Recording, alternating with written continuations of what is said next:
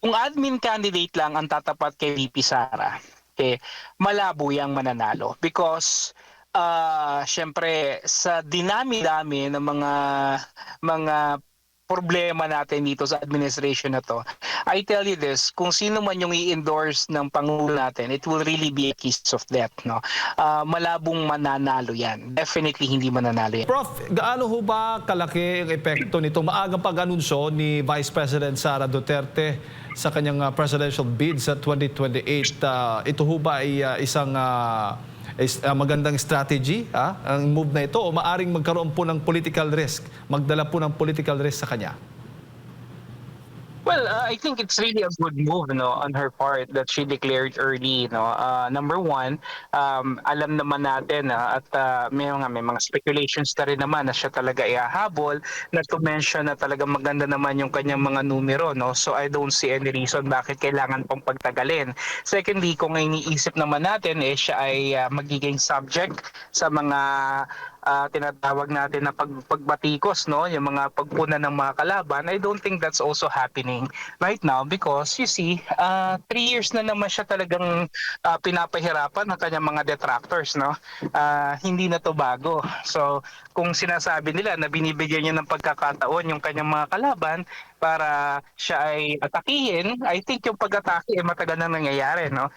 Another thing, itong maagang pagdedeklara may epekto to, no. Maaaring hindi nakikita ng ibang mga eksperto o analyst, pero ang nakikita ko kasi rito is yung maaga niyang pagdedeklara ay mahalaga para yung budget na ipiprepara sa 2027 hindi talaga magagamit para sa electioneering, no, sa 2028 kasi alam nila na kung mananalo ang ikalawang pangulo na presidente talagang bubusisiin ito, no, at pwede talagang magkaroon ng problema yung mga magpe-prepare ng budget na to, lalo na kung gagamitin nila ito para sa 2028 election. So I think these are some of the some of the repercussions na kinakailangan nating maunawaan o maintindihan in relation to her early declaration. So I think mas magandang magandang political move, and as always, yung kanyang mga kalaban parang they were guessing, no, kung ano ba talaga ang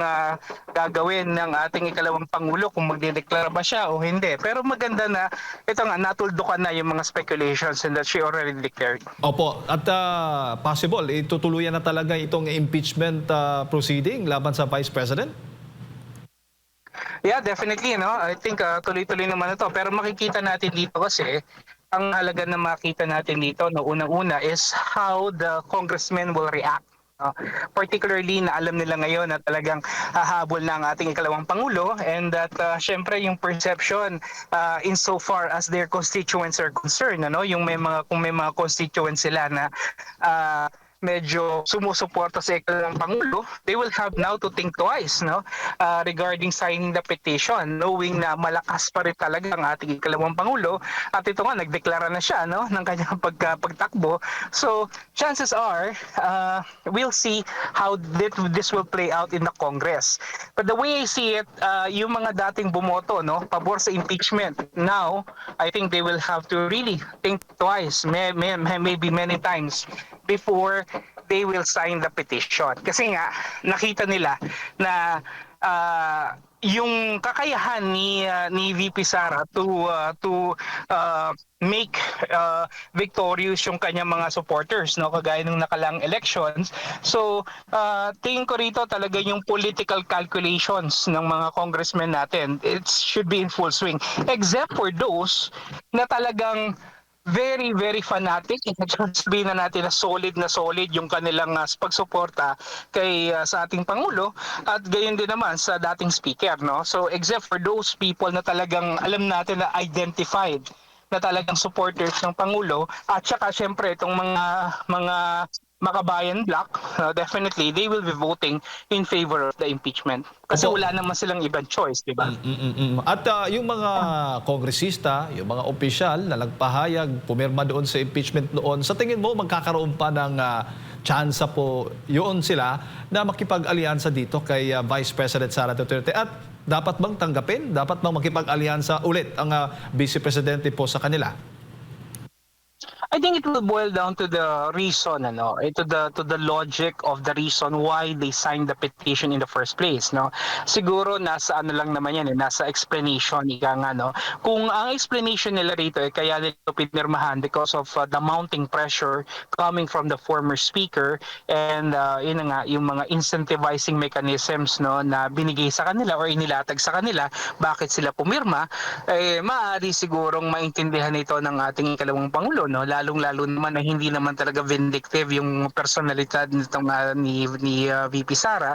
So I think they will be able to understand, no, why they signed the petition last year, no. Pero I think what is more important here is kung papaano sila ngayon gagawa ng mga political calculations. And kumbaga kasi pagka pumirma ka rito sa impeachment, at alam na nga na nagdeklara na si VP Sara na siya habol, sa mata ng mga constituents nila, ng mga supporters maaari rin ni VP Sara, para mong dinideny yung kagustuhan nila na piliin si VP Sara as a president.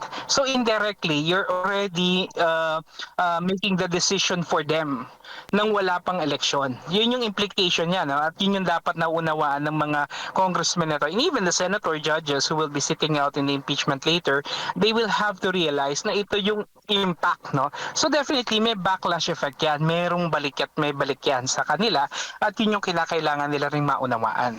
Opo. Sa ngayon, nakikita po ninyo, magiging hindi ganoon kahirap para sa Vice Presidente yung kanyang pangangampanya dahil kilalang-kilala na po siya sa buong Pilipinas.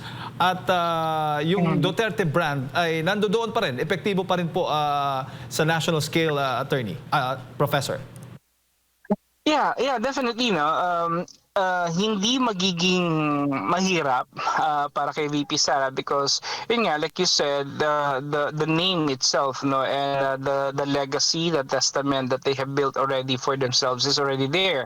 Now it's really incumbent upon the opposition, especially if they're going to form a coalition just to defeat the vice president, and how strong this coalition will be, what is the narrative, the messaging of this coalition, paano ito tatanggapin ng taong bayan, lalong-lalo na kung ang ilalatag nilang pantapat kay VP Sara ay coalition ng administration tsaka ng mga progresibo, ng liberal, ng dilawan at piklawan.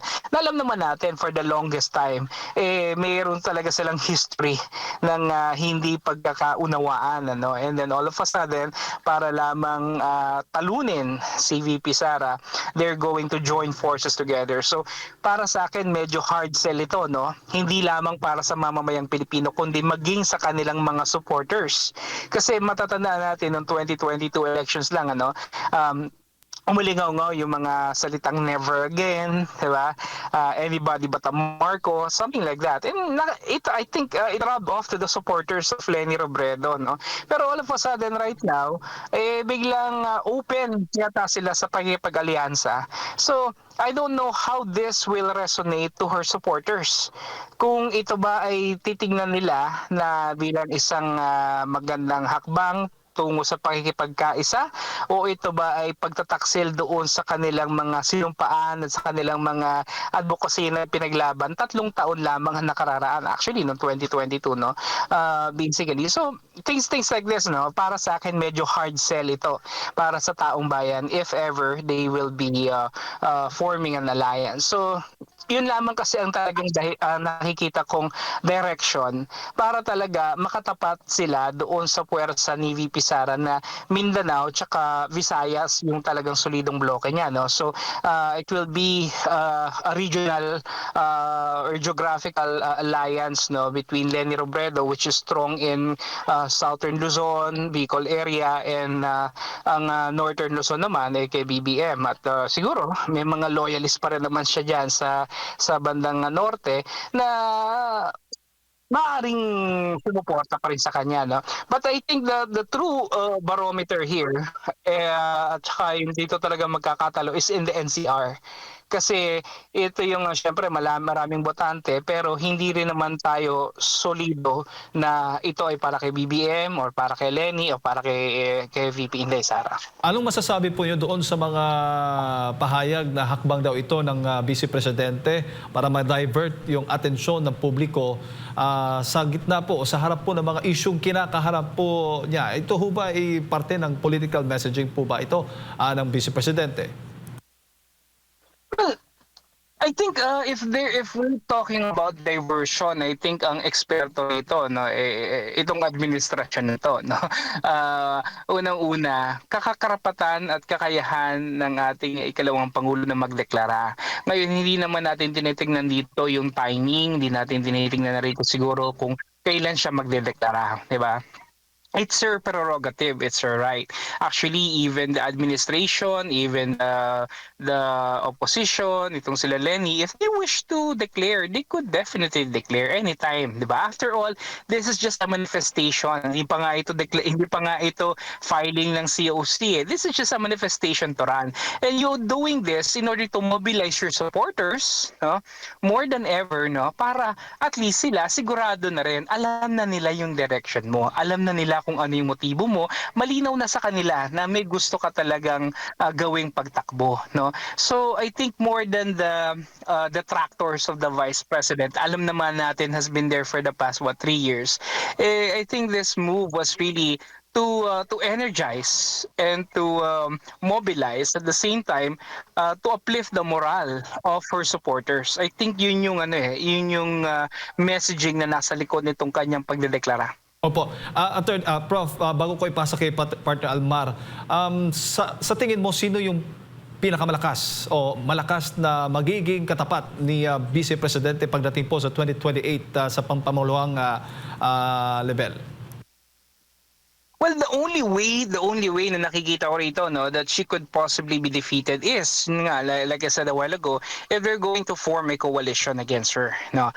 Practically, if the administration will enter into a coalition, because let's face it, kung admin candidate lang ang tatapat kay VP Sara, okay, malabo yang mananalo because syempre sa dinami-dami ng mga problema natin dito sa administration na to, I tell you this, kung sino man yung i-endorse ng Pangulo natin, it will really be a kiss of death, no? Malabong mananalo yan. Definitely hindi mananalo yan. The only way they could win, possibly, or put up a good fight at the very least, is if they will be forming an alliance. Why? Because let's face it, the government has the machinery. The administration candidate will definitely have the resources to back him up. Opo. Pero ang tanong is, meron ba siyang ground support? Meron ba talaga siyang kakayahan mag-mobilize sa ibaba? Meron ba talaga siyang popularity to back him up? Kung wala, kakailanganin niya ng leverage na maaaring ibigay ng mga kakampings, no, ng mga dilawans, no, particularly ito ni Lenny Robredo.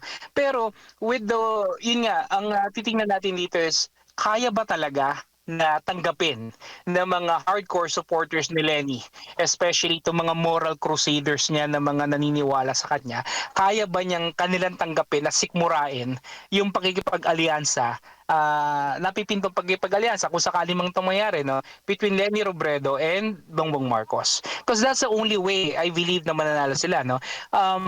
Siguro may mga kandidato na maaari nilang tignan, no, pero we have to understand, ang mahalaga kasi rito tignan natin is yung number one, strong candidacy. They need to leverage and gravitate around a strong candidate with a great deal of local following and popularity to boot him up or to back him up. And secondly, kinakailangan yung narrative. No? The messaging should be very clear. If it's going to just be a coalition to defeat the vice president, no? Medyo hindi maganda ang impression ng tao doon because you are gunning and you're running because you just don't want VP Sara to become the president. Kumbaga sa basketball game, no, you're trying to win, not to lose, no? Parang ganun eh. The idea is kailangan nasa offensive ka talaga. Kailangan maglatag ka ng governance mechanism, alternative decision na making, paano mo itatawid yung mga serbisyo sa tao, paano mo aayusin yung kanilang buhay, no? I think yun yung narrative na kailangan natin. Opo. At sa madaling salita, Prof, may dalawang option ang administrasyon ba o yung opposition o yung mga kalaban ng Vice Presidente, mag-coalition sila or ipapa-impeach ang Vice Presidente. Yeah, yun nga, alam nyo, ang laro kasi ngayon, no, kung familiar kayo sa larong chess, ito yung parang zugzwang move, ano. Ang zugzwag sa chess, kumbaga, lahat ng galaw mo is geared towards you eventually losing. Kumbaga wala kang galaw na magpapanalo sa iyo eh.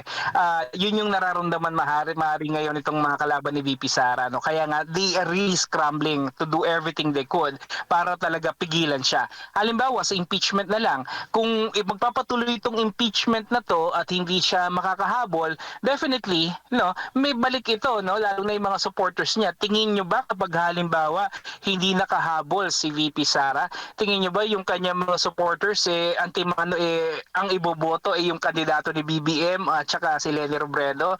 I highly doubt that, no. So they will definitely gravitate around another possible candidate na back up by VP Sara. Ngayon kung sakali naman na hindi matutuloy ang impeachment, di tuloy-tuloy ang pagtakbo ni VP Sara. At dito magkakasubukan talaga ng lakas kung kaya ba nila yung firepower ni VP Sara. So yun nga sinasabi natin, no, either way you look at it, medyo nasa mahirap na sitwasyon itong kanyang mga nakakalaban. So yun nga, talagang double time sila, no, sa paggawa ng mga kwento, ng mga narratives against her, no. Na sa totoo lang, kumbaga hindi naman, sa totoo lang, for lack of better term, hindi naman tanga yung mga taong bayan at yung mga kababayan natin na basta-basta bibilihin yung kanilang mga spin, yung kanilang mga narrative at messaging. It's not in the character of Filipinos, right? Especially right now in the age of social media. You can't do that anymore. Prof, magandang umaga, si Almar po ito. Dalawang questions lang po on my part. Sa exclusive interview po ng SMNI, kaya VP Sara, nabanggit niya na meron na siyang na-recruit na magiging katandem niya sa darating na 2028 elections. Sa tingin po niyo, Prof, kasi nga, na-mention din niya na ang magiging trabaho ng kanyang Vice President ay habulin yung talagang tunay na mastermind dito nga sa korupsyon sa gobyerno. Sa tingin po niyo, Prof, sapat yung 6 years ng isang Vice Presidente para papanagutin yung mga mastermind sa korupsyon at considering na usad pagong po yung hustisya dito sa ating bansa? You know, it's always like this, no. It's all about, number one, the political will and the decisiveness, no. Itong gobyerno na to na meron tayo ngayon, ano, itong binibigay nila sa atin na idea na nilalabanan nilang corruption. Actually, they're just waiting for the issue to die down, a natural death. Kasi kung talagang kakalabanin ito, with all the resources that you have, with all the mechanisms in place, ano, in your favor, kaya nilang gawin to eh.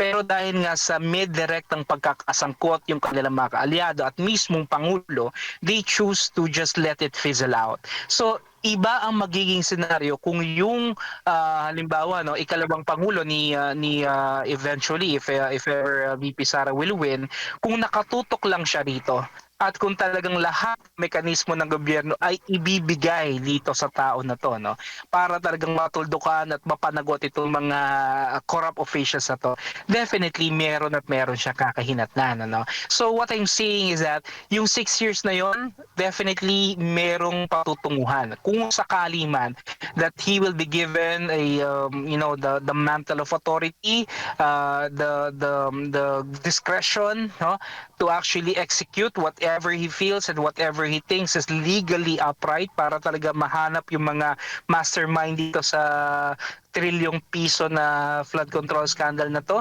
Definitely may mangyayaring maganda rito. Last on my part, Prof, sa lawak ng korupsyon na nangyayari ngayon sa gobyerno, sa tingin po ninyo, sa darating na, kung papalarin yung Duterte tandem sa darating na 2028, sa tingin nyo may media na mapapanagot? Considering na kumbaga, nabanggit nyo nga kanina na lahat ng makinarya ay nasa kasulukuyang administrasyon, Prof.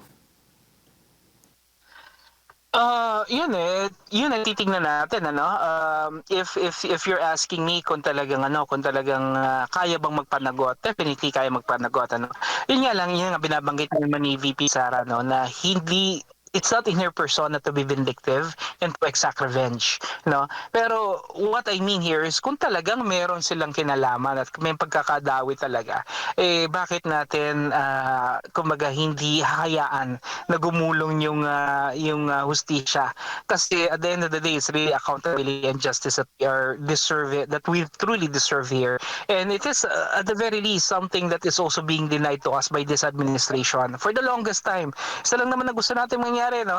Makita at malaman kung sino yung mga involved dito sa pagnanakaw na to, pero hindi kayang ibigay sa atin ng gobyerno. Bakit? Kasi nga mismo sila alam nila kung sino-sino yung mga involved dito, and they need to protect these people at all cost. Alright. Prof, siguro huling mensahe po ninyo sa ating mga kababayan na nanonood po sa mga oras na ito. Well, yan, matagal-tagal pa naman po ang ating halalan at yun nga, maganda rito may mga feelers na, no, may mga nagdeklara na mas maganda rin po siguro ang focus muna natin ngayon kung paano talaga isasaayos din ang ating bansa, no, particularly yung ating economic imperatives, no, because our economy is really in a bad shape. I hope the government will be somewhat responsive and responsible enough, no, na ayusin muna itong mga problema na to at huwag masyadong magpalunod dito sa political noise na meron tayo ngayon, because at the end of the day, it's really public service delivery that matters to the public more than anything else.